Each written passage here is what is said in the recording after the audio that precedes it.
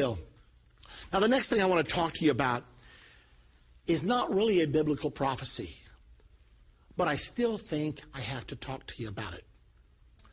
Because there was a mystic by the name of St. Malachi who lived back in the 11th century. St. Malachi claims that he had a spiritual experience one day, and while in a trance, God showed him all of the popes that would exist from his time until the last pope.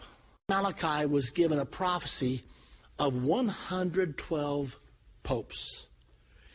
And in these 112 popes, there were given signs, little clues as to the identity of each one, all 112. Well, the writings of Malachi were stored away in a vault by one of the popes for about 300 years. They didn't have printing presses in those days, so the possibility of circulating the writings of St. Malachi were very small. But when Gutenberg invented the printing press, all of a sudden someone printed the prophecies of St. Malachi. And as the prophecies of St. Malachi began to be known, people became very interested, and they started counting the popes. Well, several hundred years had passed by that time. However, 112 total popes from St. Malachi to the last pope. Well, what's in fact happening right now? Pope John Paul II, who just died in 2005, was the 110th pope. No wonder interest in the prophecies of St. Malachi are reviving right now. When the cardinals came to Rome to elect the 111th pope, an article appeared out of India the day before the election. A man said to the cardinals, "You must elect a giant spiritual leader. You must elect a pope that can appeal to young people. You must elect someone that can hold the church together." But he said, there's one more thing you must pay attention to when you elect the new pope tomorrow in the Sixteenth Chapel. Make sure you don't elect a pope that has anything to do with the olive, because the clue for the 111th pope was the glory of the olive, whatever that means. Well, the conclave was held, the white smoke came out of the Sistine Chapel chimney, and the word went out, we have a pope. When the identity of the pope was disclosed, it was Cardinal Ratzinger of Germany, and everybody thought, glory of the olive. It has nothing to do with it. I mean, you've never heard of a Ratzinger olive, I'm sure. And so everybody thought, surely not, this doesn't have anything to do with anything, even though he's the 111th pope. Everybody was interested, though, in finding out what his name would be that he would rule under. You know, when popes are elected, they don't rule under their own name. They take a name like Pope John XXIII or Pope Pius XII, the last one, Pope John Paul II. So everybody wondered, how will Cardinal Ratzinger rule the church? What name? Because when a man picks a name, it usually is indicative of something that means something special to him. Well, the announcement was made the next day that the Pope would rule under the name of Benedict 16. And everybody wondered, what's that got to do with anything? Saint Benedict was the patron saint of Europe. He was a very powerful man, and he gave birth to a powerful order called the Benedictine Order. Well, the Benedictine Order has been powerful in the Roman Catholic Church for a long time, and it has a symbol. You may be interested to know, and by now you've guessed it. The symbol of the Benedictine Order is the olive. So he chose the glory of the olive. Now that he's the Pope representing the Benedictine Order.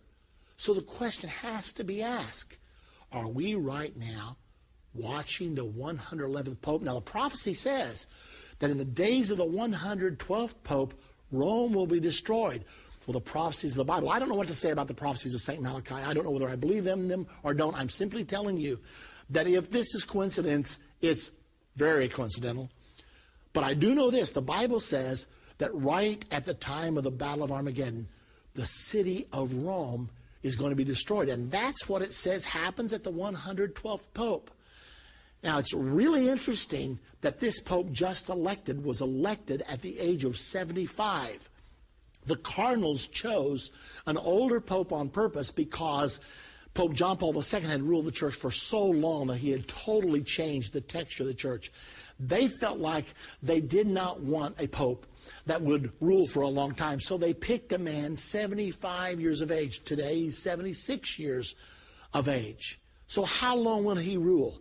If in fact he is the next to the last Pope, and all the other signposts that we're talking about today are coming to pass right now, then perhaps St. Malachi was on to something. Perhaps the next Pope will be the last Pope. Now remember, in the St. Malachi prophecy, it says the last Pope will be Peter the Roman. Now whatever that means, apparently he's going to be a person from Italy. We've had 2 popes in a row not from Italy. The first 2 popes not from Italy in 455 years. All of a sudden, it looks like if St. Malachi's prophecy is correct, and I can't tell you whether it is or not. It's not biblical. It's just something that happened. But if in fact it is correct, after this Pope dies, the next Pope elected will preside over the destruction of the city of Rome.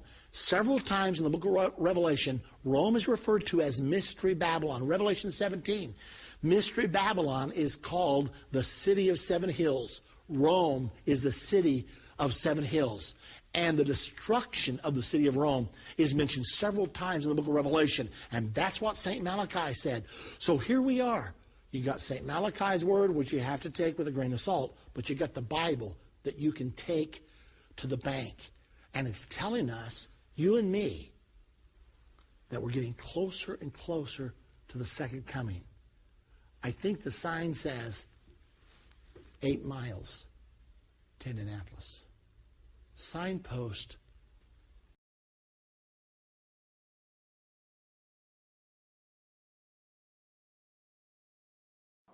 All right, everyone, June 18th, 2012, breaking story coming out of Rome, out of the Vatican.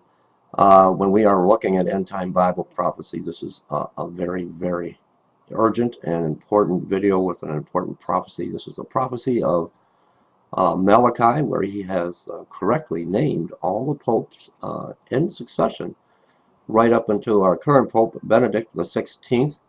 What you see on the screen is I'm going to play in a moment just a part of a clip from Prophecy in the News, where Tom Horn and Cris Putnam have authored a book, Petrus Romanus is Here, the Last Pope, and it's going to go on and explain how Cris Putnam, through his extensive research, has uncovered a time frame that 2012 is the year that we will see the false prophet of the book of Revelation come into in on the world stage, the world scene, and the Antichrist as well. And then I'm going to take you to some news coming out of the Vatican. It appears that the current Pope Benedict is in a deep, deep depression. He's in a lot of pain. He's been going through a great ordeal with the story coming out on his butler. The butler is imprisoned in the Vatican in a cell. He's got one window, and the Pope's calendar doesn't go past next month, July. Let's take a listen. We were talking about this Saturday at our Rapture Revival over at our online church, our World Church over at Tiny Chat, and we were just discussing this, and now these stories have now come out. Let's take a listen to the so you get a little bit of idea how they come up with the year 2012. And now let's get down to cases. Let's talk about Rene Thibault. And Tom, I'm just going to let you and Chris sort of have a discussion here about Rene Thibault and his book. Let's start with Chris. How did you come across this book, and what's the basic thesis? Well, Gary, I was, researching the prophecy, and there was a lot of Catholic scholars who were critical of it, that thought it might have been a forgery or some kind of a propaganda effort to get a particular papal candidate elected in the 16th century. But then I was also looking for sources that believed in the prophecy. And one modern Catholic scholar, his name's John Lupia, he's actually the editor of Roman Catholic News. He wrote 2 articles in support of the authenticity and the reliability of the prophecy, and he wholeheartedly believes it's a real prophecy.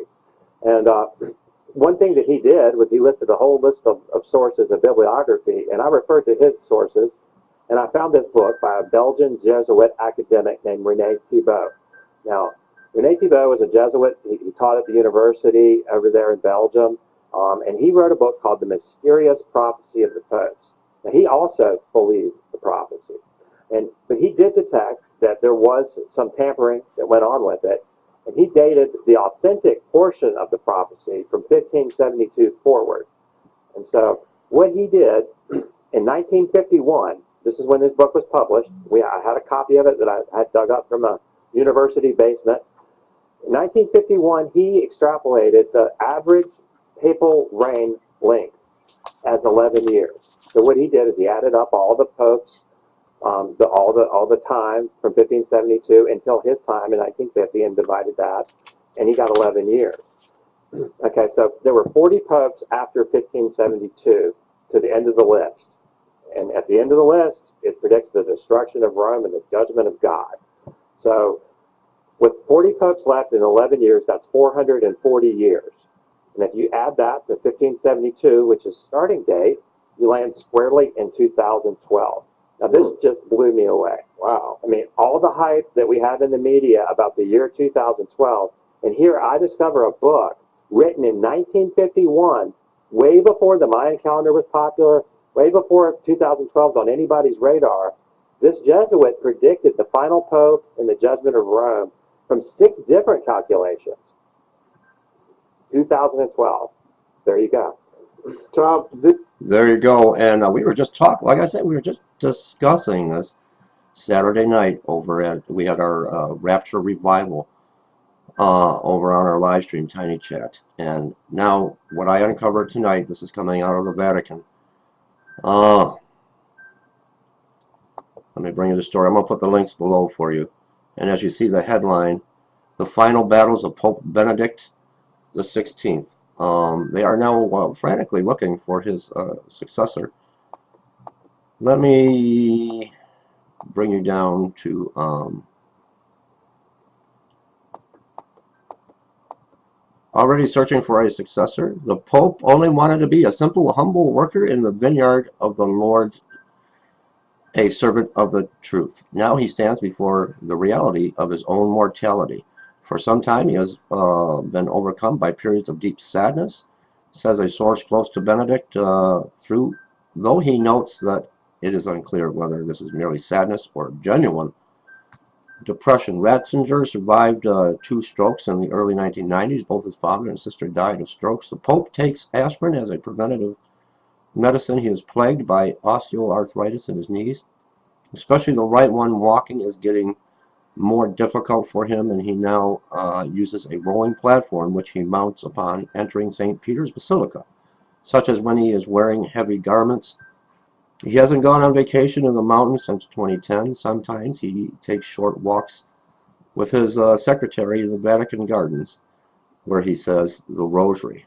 In the Curia and the back rooms of the Vatican's palaces, efforts are already underway to search for a successor. The possible outcomes of a conclave are analyzed, and candidates are being discussed.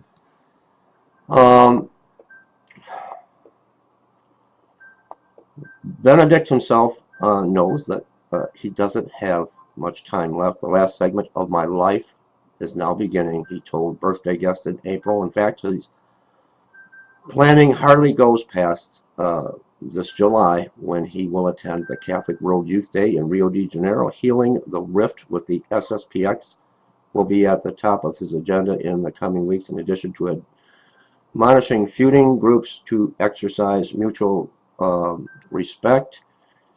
He doesn't have anything planned after July, and he has fallen into a deep depression. And where I originally found this story that I'm breaking right now was over at the Extinction Protocol 2012, and that led me to this article, and I'll put these links below. We could be looking anytime at Pope Benedict XVI fulfilling the prophecy, the ancient prophecy of Malachi, and being the last pope, and who will take his place? Peter the Roman, Petrus Romanus, the false prophet of the book of Revelation. It's time. It's time to get right with God and repent. If you haven't accepted Jesus as your Lord and Savior, I suggest you do it.